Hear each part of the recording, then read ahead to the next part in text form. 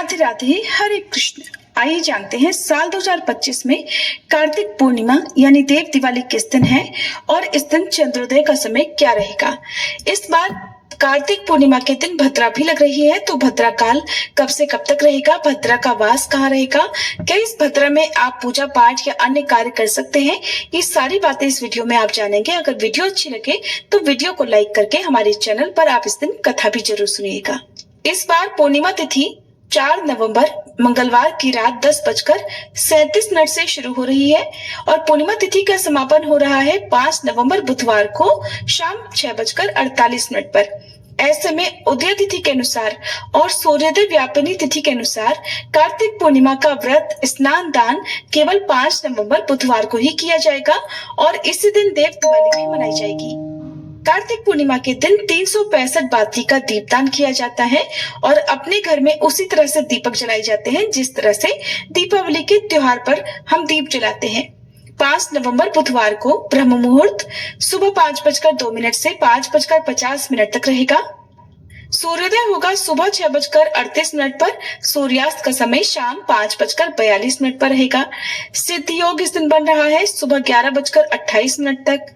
राहु काल दोपहर 12 बजे से 1:30 बजे तक रहेगा और भद्रा काल पूर्णिमा तिथि के दिन सुबह 8:44 तक रहेगा। हालांकि भद्रा एक दिन पहले ही दोपहर 1:36 से प्रारंभ हो जाएगी और भद्रा का वास इस बार स्वर्गलोक में रहेगा, इसलिए ये भद्रा पूजा पाठ संबंधी कार्यों के लिए अशुभ नहीं रहेगी। अगर आप इस दिन कोई भी नया काम शुरू करने जा रहे हैं तो भद्रा काल की समाप्ति के बाद यानी सुबह 8:44 के बाद से कर सकते हैं।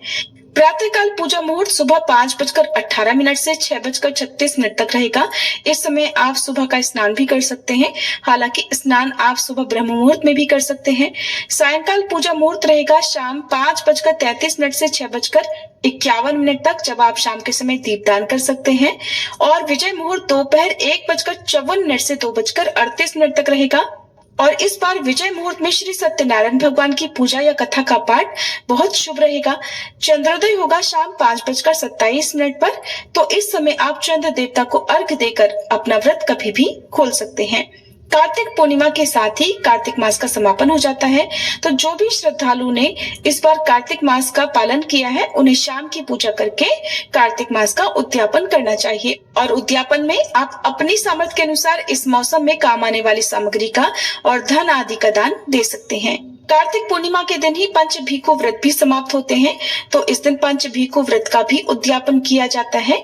और क्योंकि कार्तिक पूर्णिमा साल भर की सबसे बड़ी पूर्णिमा तिथियों में से एक होती है, तो इस दिन आपको अपनी सामर्थ्य के अनुसार दीपदान करके दान भी देना चाहिए, दान योग्य व्यक्तियों को देना चाहिए। इस दिन भगवान श्री कृष्ण, भगवान विष्णु, माँ लक्ष्मी जी की पूजा करनी चाहिए और चंद्र देवता को अर्घ्य भी देना चाहिए। पूरे साल भर किए गए दीपदान का पुण्य आज कार्तिक पूर्णिमा के एकमात्र शुभ अवसर पर ही प्राप्त हो जाता है अगर इस दिन 365 बाती का दीपदान किया जाए। 365 बाती के अलावा 108 बाती का दीपदान भी इस दिन कर सकते हैं। ये थी आज की वीडियो। उम्मीद है आपको